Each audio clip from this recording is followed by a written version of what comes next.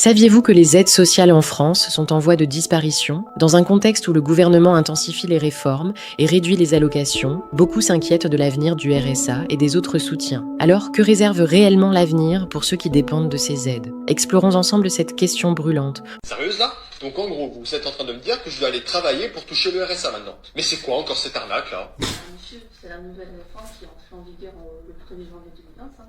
C'est désormais 15 heures d'activité obligatoire par semaine. Mais j'ai pas envie d'aller travailler moi. Oh. Le RSA c'est un droit et c'est pas normal de m'obliger à faire quoi que ce soit pour le toucher. Mais ce n'est pas une question de nous, monsieur. Si vous ne faites pas ces 15 heures d'activité, nous serons obligés de vous suspendre vos droits dès le mois prochain. Et donc en gros, vous voulez que moi j'aille travailler pour 600 € par mois. Donc je touche 607 € par mois et vous voulez que j'aille travailler pour ça. Ça fait même pas 10 € de l'heure. Non mais je vaux beaucoup plus que ça moi. Le RSA, c'est pas du tout un salaire. C'est une aide sociale qui était financée par les contribuables. Sérieux? L'objectif de cette aide, c'est de vous réinsérer progressivement. Me réinsérer de quoi? Vous êtes sérieuse? Et j'ai pas besoin qu'on me réinsère moi. Et Wow, j'ai juste besoin qu'on me paye correctement. Si vous voulez être payé correctement, commencez par aller travailler. Et pourquoi faire? Pour toucher des miettes? Pour des patrons qui vont s'enrichir sur mon dos? Non, pour ça je préfère encore qu'on me coupe le RSA. Ouah, c'est lunaire comme conversation, c'est quoi cette mentalité? Donc en fait le mec, il veut pas aller faire ses 15 heures pour avoir le RSA, il veut pas aller travailler non plus en temps plein pour toucher au minimum 1004. Parce que il va toucher des miettes, c'est quoi? J'ai l'impression d'entendre un lecteur et des filles là. Bah ouvre ta boîte mec. Alors ça va pas parce que non, c'est un droit, mais il y a des pays, ils ont même pas le RSA en fait. T'as pas besoin de te réinsérer, ouais. En fait on donne de l'argent comme ça. Mais c'est quoi cette mentalité de merde? Je veux pas le RSA comme ça, je veux pas aller travailler parce que c'est des miettes. Bah alors, t'aurais le double, t'aurais 1004. Et je veux pas si, ben ouvre ta boîte, casse pas la tête. Mais c'est quoi cette mentalité? Mais t'imagines, la conseillère, elle est patiente. Moi je pourrais pas travailler là-dedans. Moi je pourrais pas. Je te jure, je pourrais pas. Je pèterais un câble. Je dirais non mais t'as qu'à te bouger quoi. Sérieux quoi, c'est quoi ça? Les aides sociales vont toutes disparaître, vous direz pas que je vous avais pas prévenu. La loi de 88 qui a créé le RMI a prévu la possibilité d'une radiation. Ça prend du temps et c'est une commission qui doit en décider ou plutôt faire la proposition au président du département.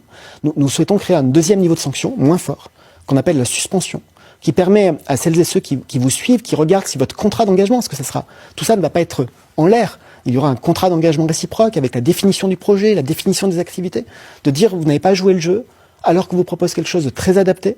Dans ce cas-là, on suspend. Suspendre, ça n'est pas radier. C'est un cran en dessous, mais ça permet d'être plus rapide et plus réactif.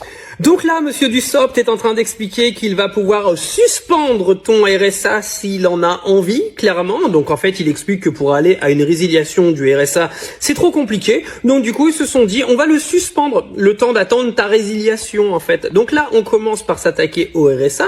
Ensuite, ils vont s'attaquer aux allocations familiales, aux APL, aux pensions handicapées, jusqu'à temps que les Français n'aient plus rien. Moi, je vous le dis, ça va arriver.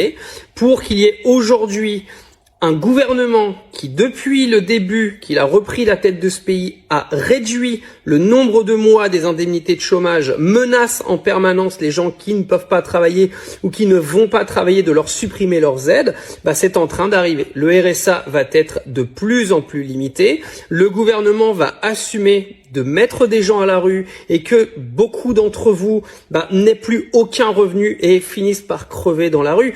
Alors moi, je me suis toujours battu pour dire que tous ceux qui sont au RSA depuis 10, 15 ou 20 ans pour aucune raison, juste parce que ça leur suffit ce qu'ils ont, que ces gens-là soient pénalisés, je suis 100% d'accord. Par contre, il y a des gens qui sont au RSA aujourd'hui parce que soit ils sont handicapés, soit parce qu'ils peuvent pas travailler, parce qu'ils ne trouvent absolument pas de travail dans le secteur dans lequel ils ont étudié. Et il y a plein de cas en fait où les gens n'ont pas demandé à toucher le RSA et sont en galère tous les jours.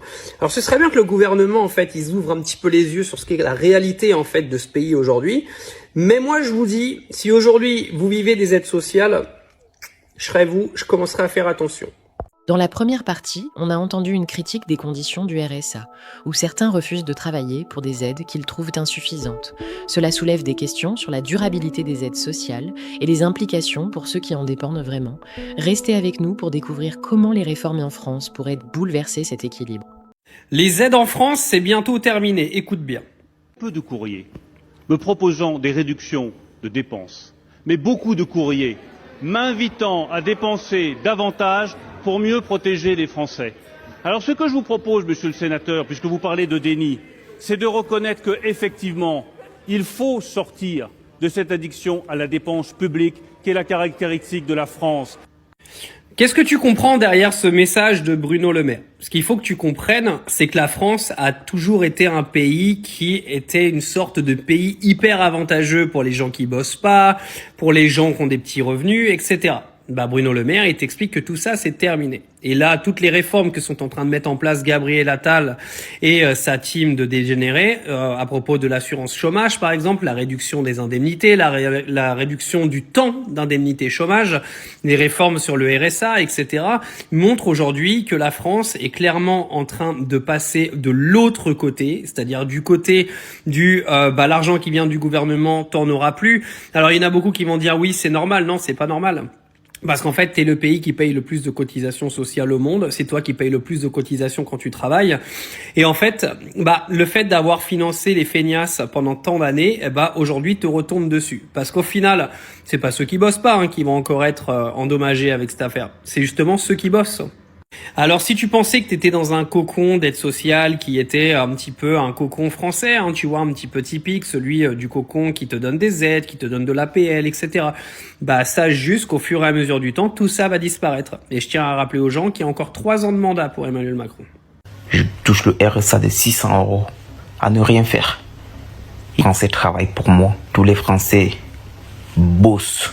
Vous bossez, vous vous levez tous les matins à 6 heures pour aller bosser. Pendant que moi je dors, je me lève à midi et à la fin du mois, j'ai mon RSA.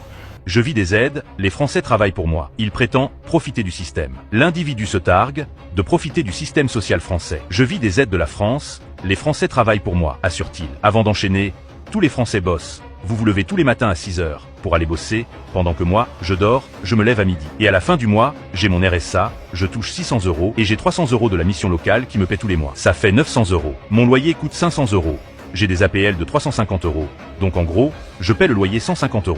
À la fin du mois, j'arrive à économiser 600 € à ne rien faire. Ces propos n'ont pas tardé à faire réagir la Caisse nationale des allocations familiales, chargée notamment de verser le RSA et les APL. L'individu a été identifié et des contrôles sont en cours, écrit-elle sur X, ajoutant que les premières investigations soulèvent des doutes sur ses affirmations. En cas de fraude avérée, une plainte sera déposée à son encontre, prévient la CNAF, évoquant dans un autre tweet la diffusion de fake news et des incitations à la fraude. Face à la remise en question des aides sociales en France, le débat s'intensifie autour de la légitimité et de l'usage de ces prestations. Entre critiques acerbes et défense des droits, le sujet divise profondément. Finalement, comment imaginer un système juste qui concilie solidarité et responsabilité individuelle? Ça, c'est une question qui reste ouverte. Merci la CAF, merci la CAF, merci la CAF, merci. Merci la CAF, merci la CAF, merci. C'est coin. Ouais, y a pas de souci. Je connais pas. Merci bien. Non, rien. Merci, c'est l'histoire. Bon, enfin, madame. 2 tiramisu au citron. Voilà. Avec un croustillant au citron. Voilà. J'en profite. Je vais prendre des ramadodour pour goûter du caca de chèvre. Hop. C'est vraiment du crottin de chèvre. Des popotes. Voilà. Des popotes. Bon, maintenant, le meilleur rayon du magasin, les pizzas. Ah bah oui, 2 comme ça, 2 comme ça. Celles-là, elles sont trop bonnes, alors j'en prends 3. Bon, les frites, j'en ai pas besoin d'en acheter, parce que c'est des patates. Je vais prendre 2 Monster Munch au cheddar. Des chips nature à l'ancienne. Voilà. 1, 2, 3. 4, 5, 6, 7, 8, 9, 10. Et une fois que tu manges des chips, ça te coupe la faim, t'as plus faim. Voilà, donc pour 15 balles, t'es marmal. Si un jour j'ai envie d'aller au McDo, je mange des chips, j'ai plus envie d'y aller. Ça fait 60 centimes le litre. Donc autant dire que c'est petit. Je vais prendre directement 4 packs et je viendrai en rechercher plus tard. Toutes mes allocs partent dans les courses. Qu'est-ce qu'elle m'a dit? Bon courage pour tout ranger. À la prochaine.